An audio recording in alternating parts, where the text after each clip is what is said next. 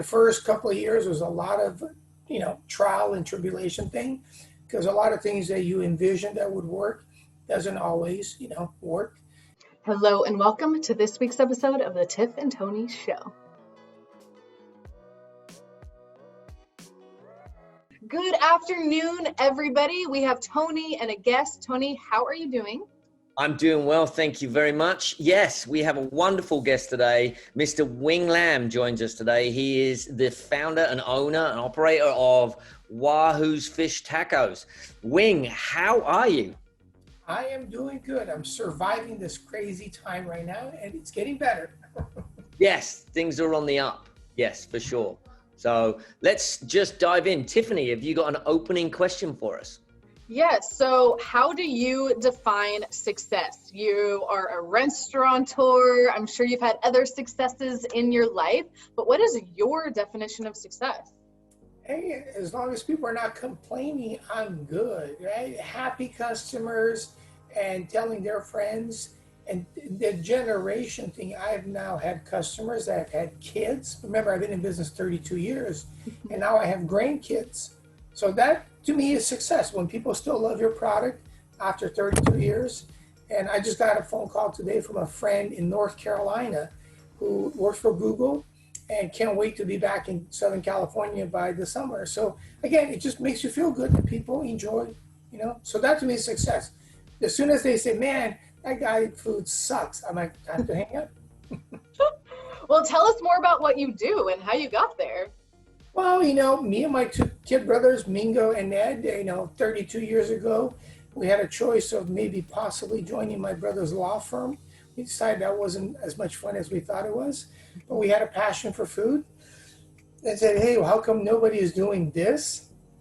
And that's what we decided to do. And, I say the rest is history, but the first couple of years was a lot of, trial and tribulation thing, because a lot of things that you envisioned that would work doesn't always, work. So it's your ability to kind of pivot, as a lot of people have done in this last year, and kind of adjust. So certain things work and certain don't.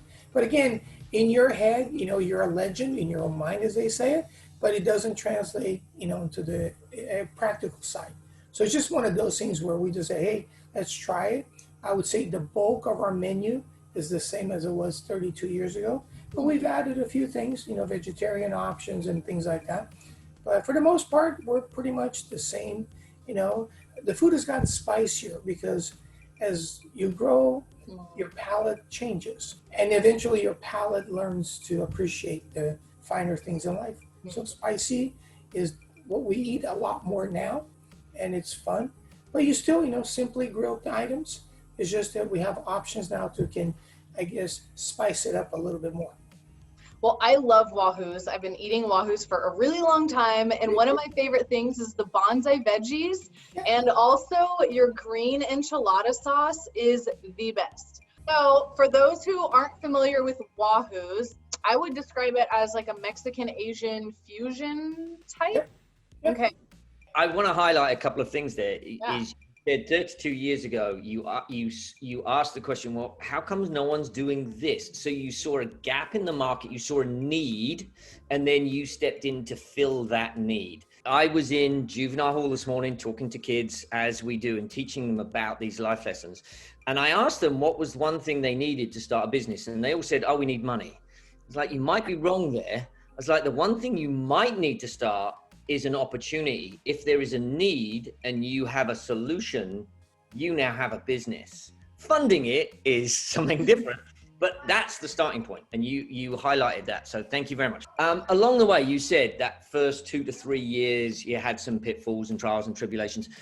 Tell us one of the biggest obstacles that you have kind of walked into since pre-COVID, this is, right? We know COVID was an obstacle. So pre-COVID, what was one of the biggest obstacles that you kind of walked into and had to deal with? The big thing would be, which is got, I guess, even worse during COVID, is the notion that real estate prices, commercial leases, or purchasing, there's this amazing word called market rate. Well, what does that really mean, right? Market rate. Because what it should be based on is the ability to make money. right? Because businesses won't be around if they're not making money. Forget about the market rate or what I should pay you because you bought the building, and I'm really sorry that you paid over market for this building. So now your way of recouping is by spreading the cost to all your tenants. It's a great idea, but you should look at the actual numbers, right? So in other words, is there are some companies out there in my space that are selling tacos for $9 to $10 a piece.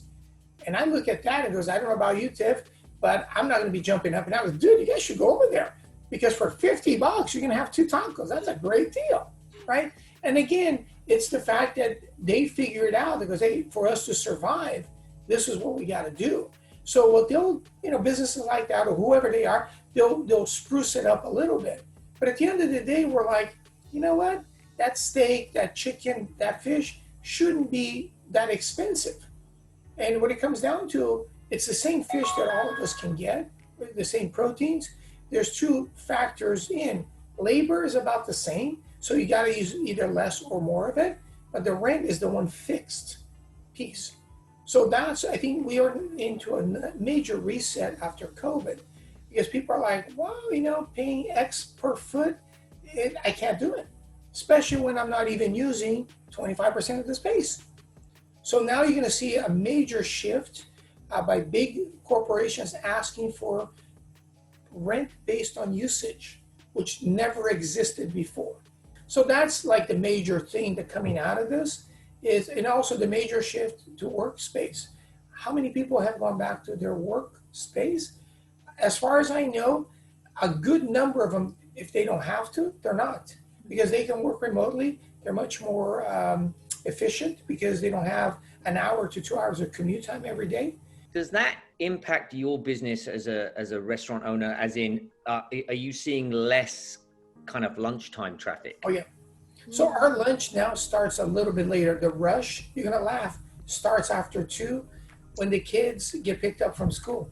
And again, it's all adjustments. So people are going to bed earlier. I mean, the family unit, it's I think 2 to 8 is the window of business, where before it used to be 11 to 9. So the window has shrunken.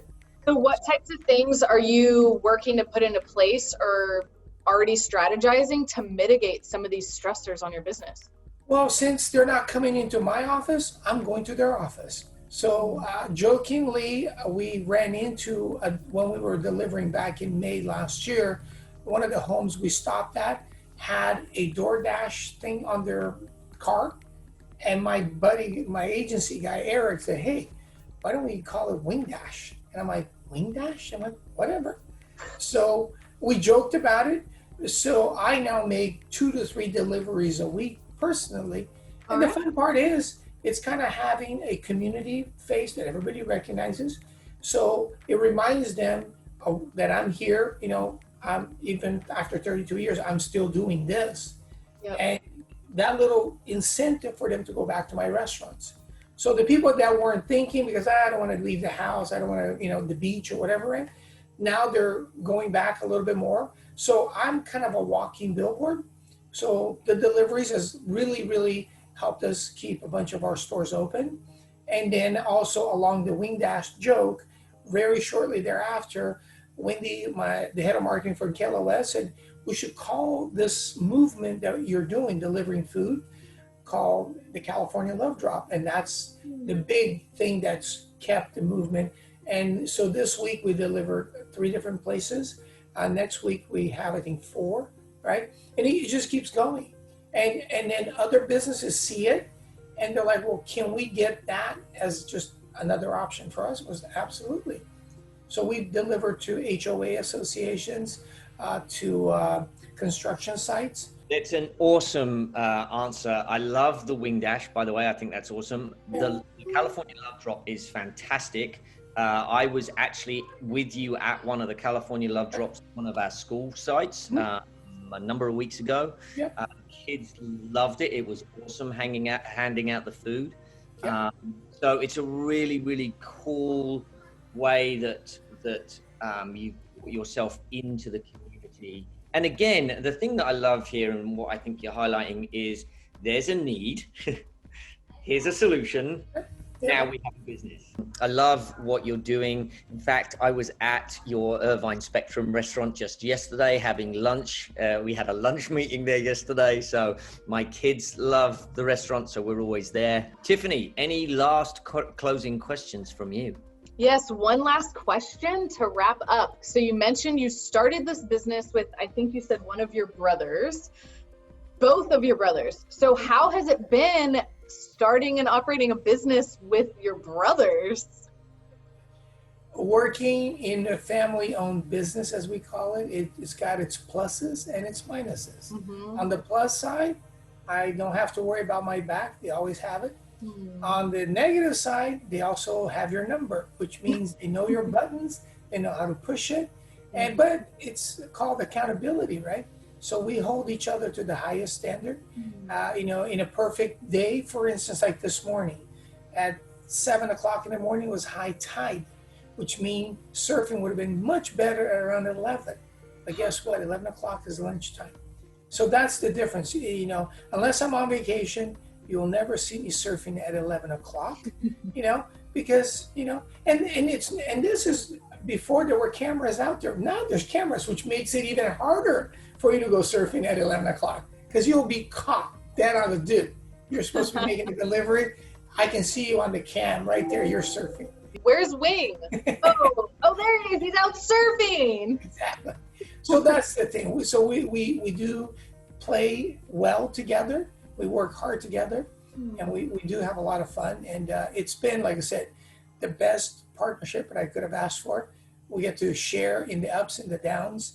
And the kids all love the fact that we are the Wahoo's family. And it's a pretty cool gig. Well, I love to hear that. And it is really cool to me that I got to meet you and learn a little bit more about how Wahoo's even started. And I actually didn't know it was a family business. Knowing it's a family business and having a personal connection with you now actually makes me want to support it even more.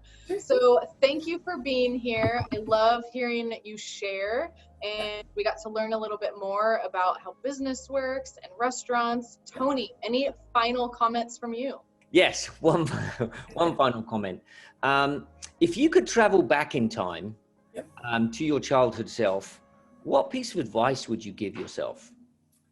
You know what? Don't be afraid. Because everybody it's like that kid when the teacher asks, does anybody have any questions? 99% of people go, ooh, I'm going to sound like an idiot. Don't be afraid. Because the first thing that happens, the thing that you were thinking of, the guy right next to you asks and everybody goes, oh my God, that was brilliant.